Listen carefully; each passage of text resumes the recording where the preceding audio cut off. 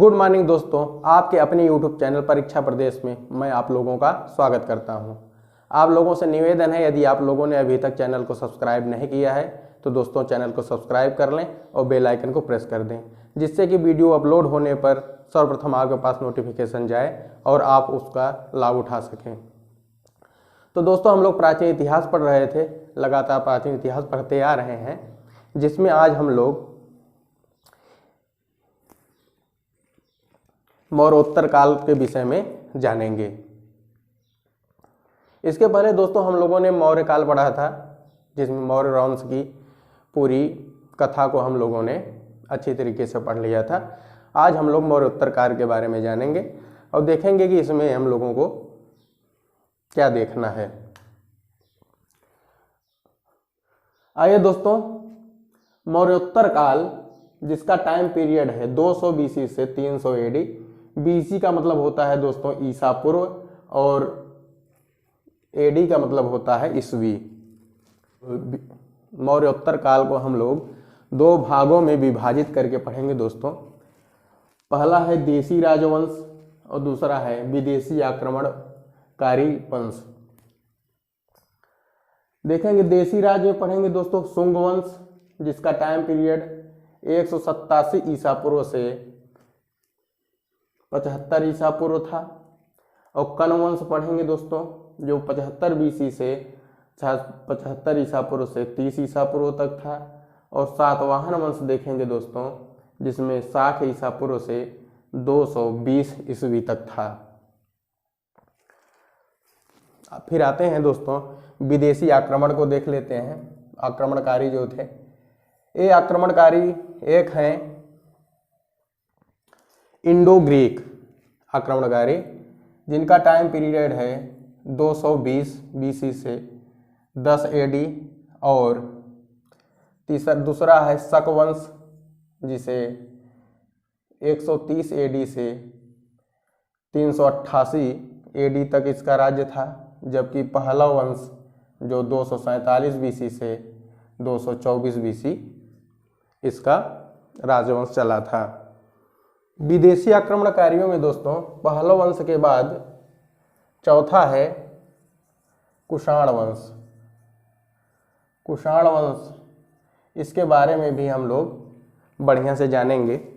तो दोस्तों ये हो गया देशी राजवंश और दूसरा विदेशी आक्रमणकारी।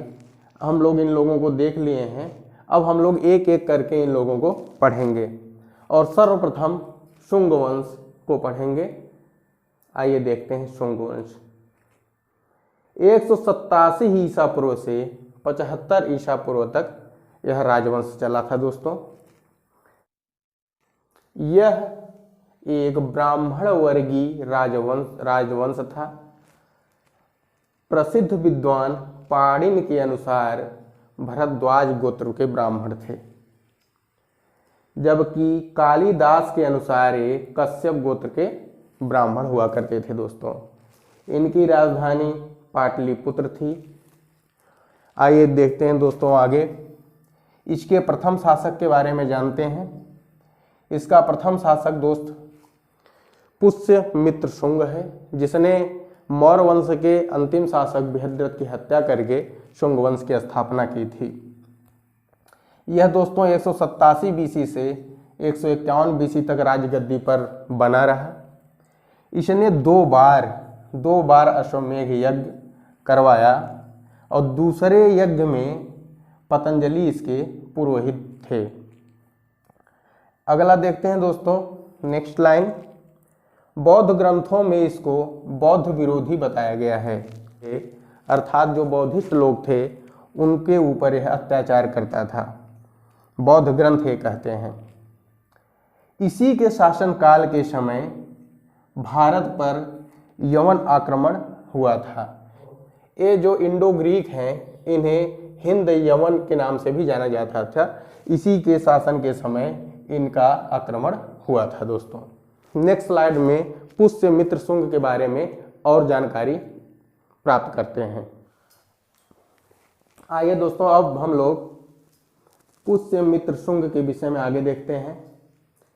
इसका साम्राज्य विस्तार उत्तर में नेपाल एवं दक्षिण में विंध्य पर्वत तक तथा पूर्व में बंगाल एवं पश्चिम में मालवा तक फैला हुआ था। बौद्ध ग्रंथों के अनुसार उसने अशोक द्वारा निर्मित 84,000 स्तूपों को दोस्तों इसने नष्ट करवा दिया था। पुष्यमित्र शुंग ने, जो अशोक ने 14,000 स्तूपों का निर्माण करवाया था दोस्तों, उसने नष्ट करवा दिया था, केवल इस कारण क्योंकि वह बौद्ध धर्म का विरोधी हुआ करता था। देखते हैं दोस्तों नेक्स्ट शासक, अगला शासक है जो महत्वपूर्ण शासक है, उसका नाम है अग्निमित्र शुंग। अग्निमित्र शुंग देखते हैं दोस्तों, इसने 151 बीसी से 143 बीसी तक राज्य किया। इसने केवल 8 वर्षों तक शासन किया। इसके दौरान इसने कोई भी महत्वपूर्ण कार्य नहीं किए थे। लेकिन इसके विषय में एक बहुत ही महत्वपूर्ण घटना है दोस्तों, उसे हम लोग जान लेते हैं।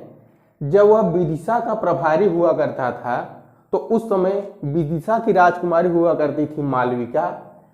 उसने इससे मालविका से अग्निमित्र शुंग ने प्रेम किया और उससे शादी कर ली। इस प्रेम प्रसंग को आधार बनाकर महाकवि कालिदास ने मालविकाग्निमित्रम नामक नाटक की रचना की, जो कि बहुत ही बेहतरीन नाटक है दोस्तों। अब हम लोग अग्निमित्र के उत्तराधिकारी के विषय में जानेंगे। इसके 8 उत्तराधिकारी हुए थे दोस्तों। कुल मिलाकर शुंग वंश में 10 शासक हुए थे। 9वें शासक के विषय में जानेंगे, जिसका नाम है भागभद्र, जो कि 117 बीसी से 85 बीसी तक इसने शासन किया था। पुराणों में इसे भगवत कहा गया है दोस्तों। पुराणों में भागभद्र को भगवत कहा गया है। इसी शासक की अनुमति से हेलियोडोरस नाम का जो व्यक्ति है वह विदिशा में गरुण स्तंभ की स्थापना की थी दोस्तों। बहुत ही महत्वपूर्ण क्वेश्चन है, आप जान लीजिए कि यह पूछा जाने वाला क्वेश्चन है अगले कुछ वर्षों में। हेलियोडोरस जो था वह गरुण स्तंभ की स्थापना करता है। कहां पर? विदिशा में स्थापना करता है दोस्तों। कहां पर स्थापना करता है? विदिशा में। देवभूमि नाम का अंतिम शासक हुआ था, जो कि 10वां शासक था दोस्तों। इसका टाइम पीरियड 85 बीसी से 75 बीसी था। यह अंतिम शासक था शुंग वंश का। बाणभट्ट के अनुसार इसके ब्राह्मण मंत्री वासुदेव ने इसकी हत्या करके कण्व वंश की स्थापना की। जो यह देवभूमि था दोस्तों, इसका टाइम पीरियड 85 बीसी से 75 बीसी था। बाणभट्ट के अनुसार इसका एक ब्राह्मण मंत्री हुआ करता था दोस्तों, जिसका नाम वासुदेव था। उसने इसकी हत्या कर दी। इसकी हत्या करने के बाद इसने कण्व वंश की स्थापना की। अब हम लोग नेक्स्ट स्लाइड में दोस्तों कण्व वंश को पढ़ेंगे। कण्व वंश दोस्तों, जिसका टाइम पीरियड है 75 बीसी से 30 बीसी। यह भी एक ब्राह्मण वंश था। इस वंश के भी 4 शासक थे। इस वंश के अंदर 4 शासक हुए दोस्तों। पहला था वासुदेव। वासुदेव जो था वह 75 बीसी से 66 बीसी तक पूरे 9 वर्षों तक शासन किया। भूमिमित्र था अगला, जो 66 बीसी से 52 बीसी तक इसने शासन किया, जो 14 वर्षों तक रहा। नारायण दोस्तों 52 बीसी से 40 बीसी तक और 12 वर्षों तक शासन किया। जबकि सुशर्मन जो अगला और लास्ट कण्व वंश का शासक था, जिसने 40 बीसी से 30 बीसी तक लगभग 10 वर्षों तक इसने भी शासन किया था। वायु पुराणों के अनुसार सातवाहन वंश ने इस वंश को समाप्त कर दिया और फिर सातवाहन वंश की स्थापना की। अब हम लोग दोस्तों आगे सातवाहन वंश को पढ़ेंगे। आइए देखते हैं दोस्तों सातवाहन वंश, जिसका टाइम पीरियड है दोस्तों 60 बीसी से 220 AD तक। इसकी राजधानी प्रतिष्ठानपुरी अर्थात पाटन महाराष्ट्र में स्थित था। उस समय जो भाषा ये लोग यूज करते थे वो प्राकृत पाली हुआ करती थी दोस्तों। इनका जो महत्वपूर्ण धर्म था वह ब्राह्मण धर्म महत्वपूर्ण धर्म था, जबकि इन लोगों ने बौद्ध धर्म को संरक्षण दिया था। इस वंश का जो संस्थापक व्यक्ति था उसका नाम था सिमुक। सिमुक जो था उसने जो है सातवाहन वंश की स्थापना की थी। आइए विस्तार के बारे में जानते हैं दोस्तों। इसका विस्तार किस किस प्रदेश में हुआ था? तो वर्तमान आंध्र प्रदेश, तेलंगाना और महाराष्ट्र में सातवाहन वंश का विस्तार हुआ था। उत्पत्ति को जानते हैं कि इस वंश की उत्पत्ति कहाँ से हुई थी? तो इस वंश की उत्पत्ति दोस्तों ब्राह्मण, यह अद्वितीय प्रकार के ब्राह्मण हुआ करते थे। अब आते हैं शासक के विषय में देखते हैं दोस्तों। इस वंश में कुल 19 राजाओं की सूची मिलती है जिन्होंने कुल 280 वर्षों तक शासन किया था, परंतु उनका क्रम और तिथि अभी भी विवादित है दोस्तों। तो इनका जो है जब भी पूछा जाएगा, इनके कार्यों के विषय में पूछा जाएगा, क्योंकि इनका क्रम और तिथि अभी भी विवादित है। लेकिन जहाँ तक हम लोगों को प्राप्त हुआ है किताबों के अनुसार और जो पढ़ा गया है उसे अब हम लोग आगे स्लाइड में पढ़ेंगे दोस्तों।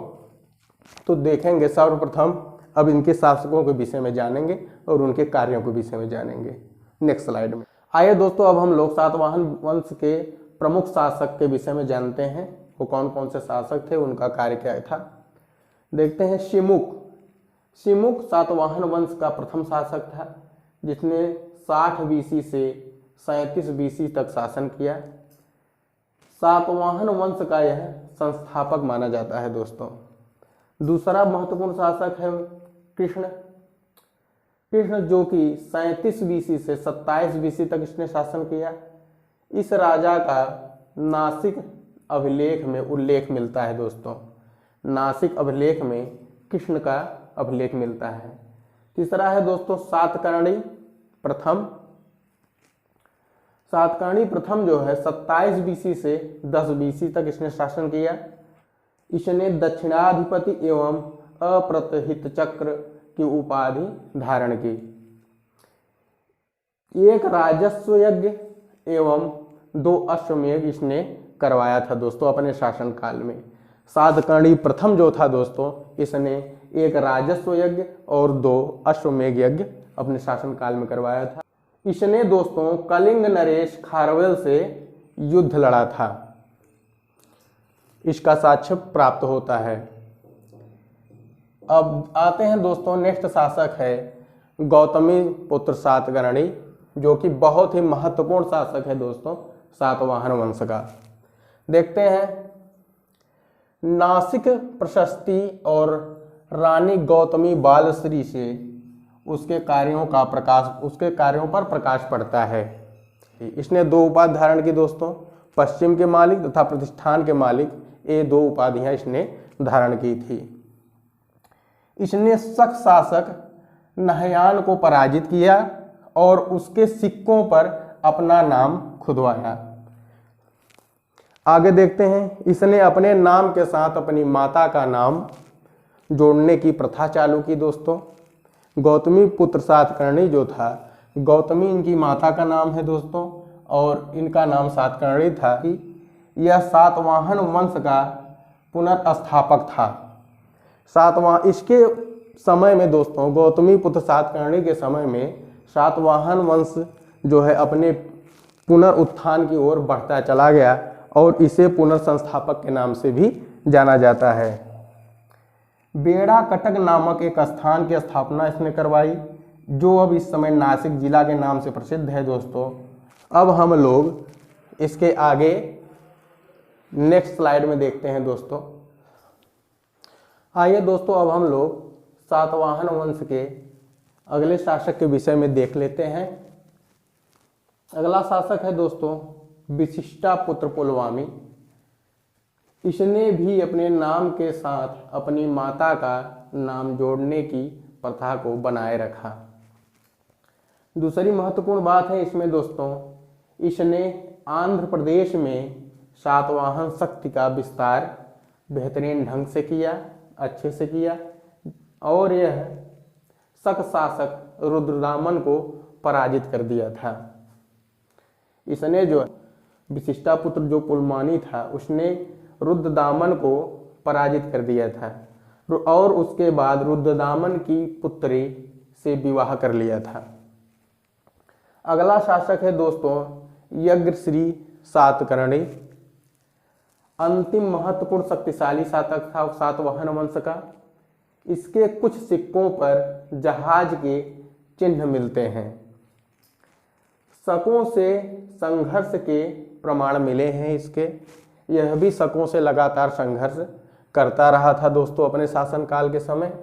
अगला शासक है विजय चंद्रश्री पुलमानी। इसके विषय में देखते हैं दोस्तों। यज्ञश्री सातकर्णी के अयोग्य उत्तराधिकारियों के समय सातवाहनों को अमीरों, इक्ष्वाकु, पल्लवों और वाकाटकों के आक्रमण का सामना करना पड़ा। अतः तीसरी शताब्दी के मध्य तक सातवाहनों की सत्ता समाप्त हो जाती है। तो दोस्तों लाइट कट गई है आज, जिसके कारण रिकॉर्डिंग करने में असुविधा हो रही है। मैंने सोचा कि इसको ख़त्म कर देते हैं, उसके बाद क्लास को रोकते हैं। तो दोस्तों अब हम लोग इसी पर क्लास को समाप्त करते हैं। समाप्त करने से पहले आपसे यह निवेदन है कि यदि आप लोगों ने अभी तक चैनल को सब्सक्राइब नहीं किया है तो सब्सक्राइब कर लें और बेल आइकन को प्रेस कर दें दोस्तों, और वीडियो लास्ट तक देखें और लाइक ज़रूर करें दोस्तों। आप लोगों से बता दें कि कल हम लोग सातवाहनों के शासन का महत्व पढ़ेंगे। इनके शासन का महत्व क्या था। धन्यवाद दोस्तों।